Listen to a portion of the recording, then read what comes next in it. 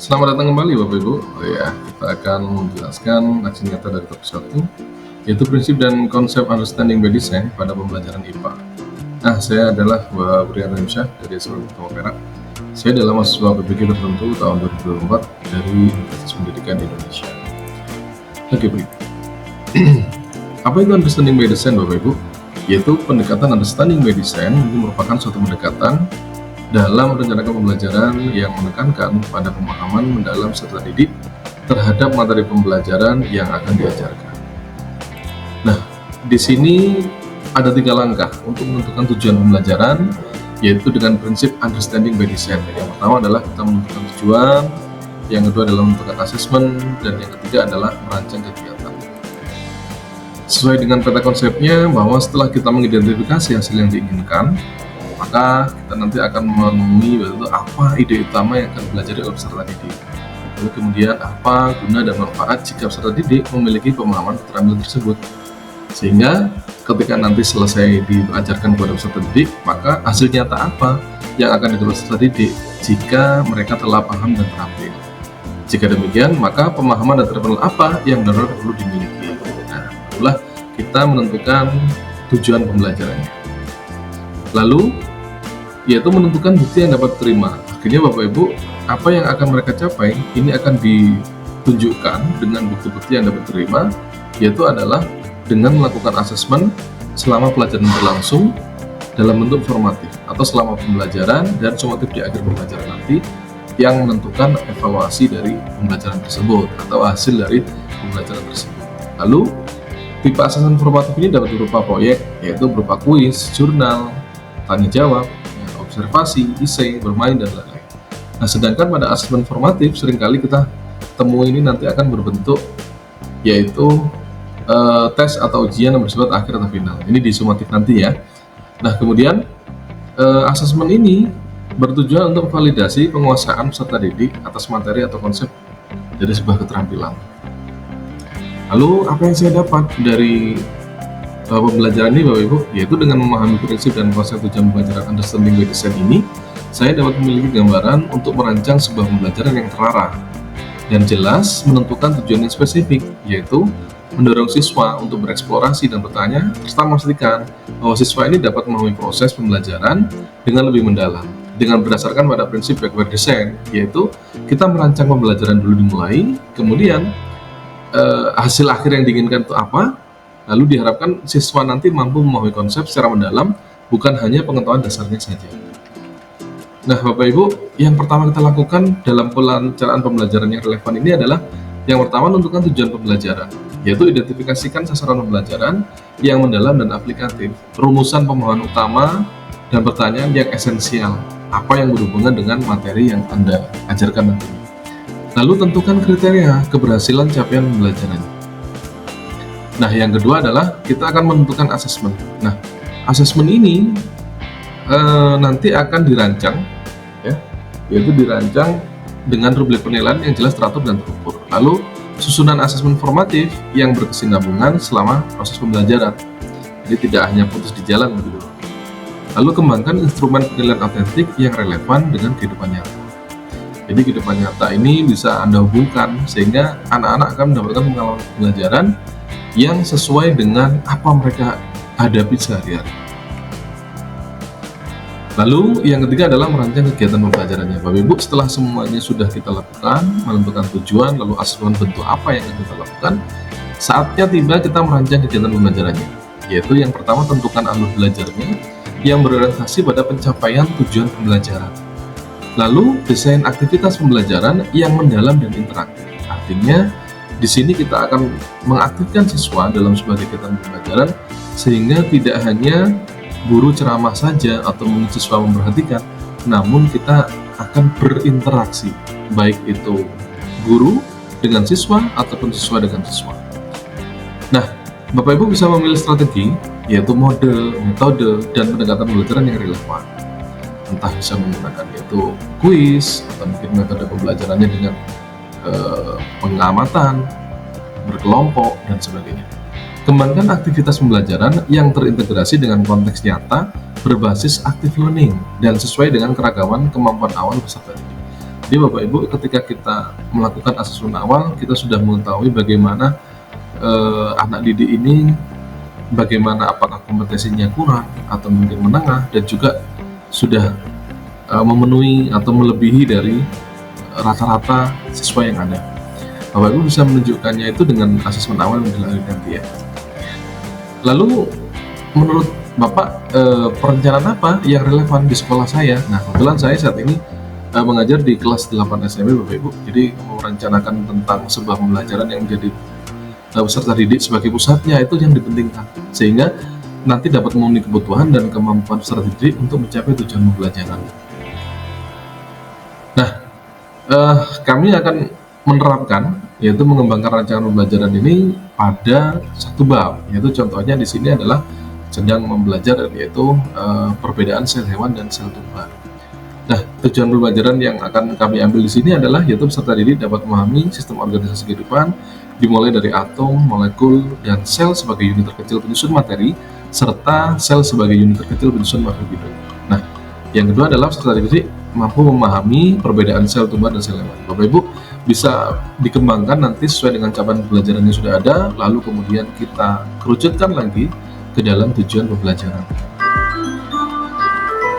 Nah, berikutnya adalah asesmen pembelajaran. Ya, asesmen awal di sinilah yang kita rancang untuk mengetahui kemampuan awal siswa dulu. Bapak Ibu boleh saja nanti ketika di asesmen awal ini digunakan juga nanti sebagai beberapa elemen yang kita gunakan di asesmen akhir atau summative. Nah, di sini saya mengambil dalam bentuk kuis, yaitu menggunakan aplikasi Quizizz dengan beberapa pertanyaan sederhana.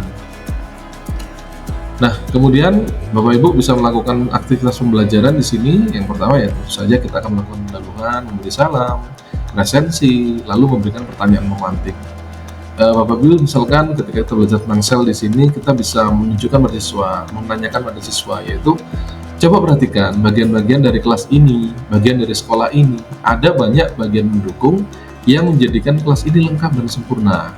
Nah, menurut kalian, apa yang membedakan ruang kelas ini dengan ruangan yang lain dari sekolah ini? Pak Ibu menunjukkan itu. Nah, guru juga dapat bercerita tentang lingkungan sekolah yang dianalogikan ini sebagai bagian dari suatu sel. Nah, contohnya misalkan kepala sekolah dapat dianalogikan sebagai bagian sel yang bertugas mengatur aktivitas sel atau nukleus. Gerbang sekolah ini merupakan pembatas sekolah yang dapat dianalogikan sebagai sel membran dan sebagainya. Intinya adalah kita dapat menunjukkan salah satu contoh dan beberapa contoh yang berkaitan dengan apa yang mereka hadapi atau apa yang mereka temui sehari-hari. Nah, kemudian guru menyampaikan tujuan pembelajaran yang ingin dicapai kepada peserta didik. Berikutnya di kegiatan inti Bapak Ibu kita bisa melakukan diskusi, anak-anak membentuk kelompok 5 sampai dengan 6 orang anak.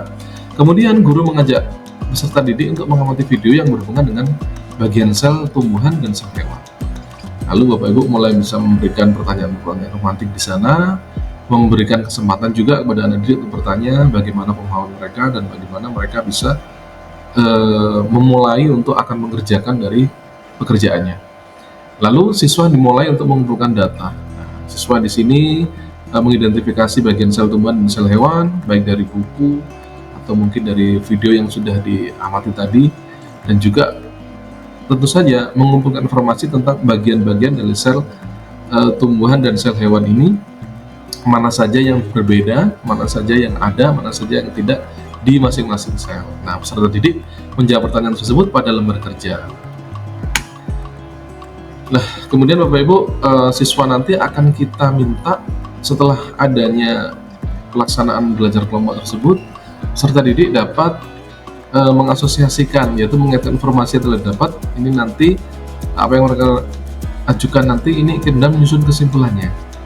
Nah, seperti yang ada di sini contohnya adalah mengasosiasikan bahwa informasi dari perbedaan sel tumbuhan dan sel hewan ini kita kaitkan dengan bagian atau ruangan atau personil yang ada di sekolah.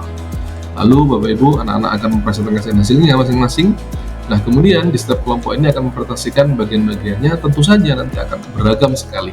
Tentu saja akan banyak perbedaan. Nah, disinilah kita yang akan menjembatani, memfasilitasi mereka bagaimana bahwa perbedaan tersebut ini adalah merupakan suatu hal yang sangat wajar sekali dan sangat bagus sekali. Sehingga dari tiap-tiap kelompok nanti akan mendapatkan informasi-informasi yang beragam sekali. Di penutup Bapak Ibu, kita bisa bersama-sama membuat kesimpulan, melakukan refleksi dari hasil pengerjaan LKBD yang telah dipresentasikan. Bapak Ibu bisa memberikan apresiasi juga, kemudian Bapak Ibu menyampaikan kelasan materi pada pertemuan berikutnya. Nah, disinilah Bapak Ibu bisa juga ketika di tengah-tengah pembelajaran berlangsung sampai mungkin di akhir pembelajaran berlangsung, Bapak Ibu bisa memberikan ice breaking, karena misalkan tadi saya mengasosiasikan bahwa pembelajaran ini bisa dilaksanakan dalam 3 jam, kita bisa melaksanakan itu dengan di sela-sela itu diberikan ice breaking supaya anak-anak tidak terlalu jemu, tidak terlalu terlalu terpaku pada kelompoknya, misalkan seperti itu. Nah, Bapak Ibu, jika kita bisa menyimpulkan bahwa prinsip yang ada atau prinsip yang penting yang ada dalam pembelajaran pendekatan understanding by design ini adalah yang pertama harus berpusat pada peserta didik. Jadi tentu saja student centered ini sangat penting sekali, sehingga kegiatan belajar ini dirancang untuk memenuhi kebutuhan dan gaya belajar siswa. Lalu kemudian asesmen pembelajaran ini disusun untuk merancang aktivitas pembelajaran. Bapak Ibu, bisa saja asesmen yang kita berikan ini mungkin berbeda hari dengan pada saat pelaksanaan pembelajaran tersebut. Tujuannya adalah kita bisa mengetahui terlebih dahulu informasi awal bagaimana kesiapan siswa. Nah, kemudian yang berikutnya adalah materi yang disampaikan pada siswa ini memiliki relevansi atau kejadian yang ada kaitannya dengan kehidupan sehari-hari peserta. Seperti yang saya sampaikan tadi, jika disampaikan dengan keadaan tersebut, contohnya misalkan sel nukleus atau inti sel yang merupakan inti dari sebuah sel yang mengatur baik semua aktivitas dari sel, itu bisa diibaratkan di bagian sekolah. Misalkan seorang ketua kelas atau mungkin seorang kepala sekolah. Nah, dengan demikian anak-anak ini bisa relevan dengan kehidupan sehari-hari apa yang mereka lakukan. Lalu kemudian aktif. Jadi peserta didik ini dilibatkan aktif Bapak Ibu dalam proses pembelajaran. Jangan sampai mereka pasif hanya menerima atau mungkin hanya mengganggu temannya saja mungkin terjadi ya. Lalu artinya adalah pembelajaran ini peserta didik dapat membangun pemahaman yang mendalam, sehingga diharapkan ketika belajar tersebut tidak hanya selintas lalu saja Bapak Ibu, tapi dapat kita ketahui bahwa dengan pemahaman yang mendalam tersebut akan terbawa, dipahami oleh mereka dengan baik. Dan tentu saja berdiferensiasi, jadi kegiatan pembelajaran ini mencakup perbedaan kemampuan peserta didik. Ada yang tadi saya bilang ketika di asesmen awal, ada yang di tengah-tengah ataupun mungkin di menengah, dan juga di bawah rata-rata atau mungkin di atas bahkan. Bapak Ibu, kami dokumentasikan juga kegiatan yang awal dari kami melakukan prinsip pembelajaran understanding by design ini. Yang pertama, kami menentukan tujuan pembelajaran dengan teman sejawat, yang mana di sini adalah teman kami se-MGMP sekolah mata pelajaran yang sama. Kemudian saya melaksanakan asesmen awal ini dengan menggunakan pembelajaran yaitu khusus dengan menggunakan paper mode. Bapak Ibu, karena di sekolah kami merupakan sekolah yang berbasis pondok, jadi anak-anak ini tidak diperbolehkan menggunakan handphone, maka kami menggunakan khusus paper mode, yang mana masih memungkinkan anak-anak ini bisa menggunakan media, aplikasi, sehingga mereka bisa melakukan asesmen pembelajaran dengan menyenangkan, tetap menggunakan aplikasi, namun menggunakan peralatan yang ada. Lalu Bapak Ibu, aktivitas pembelajaran berkelompok juga kami dokumentasikan di sini. Lalu bagaimana mereka mempresentasikan hasil diskusi kelompok juga kebetulan bisa kami dokumentasikan saat itu. Lalu Bapak Ibu, tentu saja sebagaimana sebuah pembelajaran, sebuah proses konsep dan sebagainya, ini tidak akan mungkin akan menjadi sebuah hal yang bermanfaat apabila tidak kita bagikan praktik baik tersebut kepada teman-teman kita yang sejawat, yang sehingga mereka ini bisa menerapkan juga atau mendapatkan inspirasi minimal, sehingga Bapak Ibu bisa mendapatkan umpan balik dari teman-teman sejawat, ya, bahkan juga dari siswa, sehingga mereka bisa merasa dilibatkan dalam pembelajaran tersebut. Bapak Ibu, semoga pemaparan saya tentang prinsip pembelajaran understanding by design ini bisa Bapak Ibu pahami, semoga menjadi inspirasi juga kepada Bapak Ibu untuk memperbaiki dan juga untuk menambah hasanah pengetahuan Bapak Ibu, bagaimana cara mengajar, bagaimana cara mempersiapkan pembelajaran yang baik. Nah, Bapak Ibu, refleksi saya di sini adalah, menurut saya sebagai pendidik dengan adanya materi pembelajaran mengenai prinsip understanding medicine ini, merupakan menjadi pengetahuan yang sangat baru bagi saya. Sehingga saya dalam mempersiapkan diri untuk merancang sebuah proses belajar mengajar ini lebih efektif dan efisien.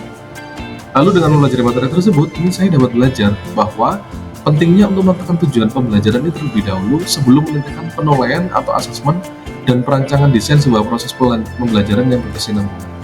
Jadi kalau boleh dilihat ini adalah prinsipnya back by design, di mana kita membalik tujuan pembelajaran dulu di awal, baru kemudian bagaimana melaksanakan asesmennya, bagaimana asesmennya itu berlangsung sehingga proses pembelajarannya ini bisa dilaksanakan dengan berkesinambungan. Dan juga Bapak Ibu, tentu saja pada kegiatan pembelajaran sebenarnya ini prinsip ini membantu saya untuk fokus pada tujuan utama, yaitu dari materi yang diajarkan ini siswa dapat menguasai materi dengan lebih baik serta mampu mencapai tujuan pembelajaran. Nah, ketika demikian Bapak Ibu, tentu saja ada saja tantangan dan halangan. Misalkan dari siswa ini tingkat kemampuannya beragam, lalu kemudian ketika pelaksanaan pembelajaran juga berlangsung, tentu ada saja siswa yang mungkin belum memahami bagaimana instruksi yang kita berikan, atau mungkin bagaimana mengkondisikan sebuah kelas ini tetap menjadi kondusif dan sesuai dengan arah dari rancangan pembelajaran yang sudah dibuat. Bapak Ibu juga bisa memberikan umpan balik kepada teman sejawat ini, minta mereka misalkan di media sosial ya, terus kami menggunakan WA di sini dan juga mungkin media lain. Bapak Ibu, itu yang bisa kami paparkan. Semoga bermanfaat. Assalamualaikum warahmatullahi wabarakatuh.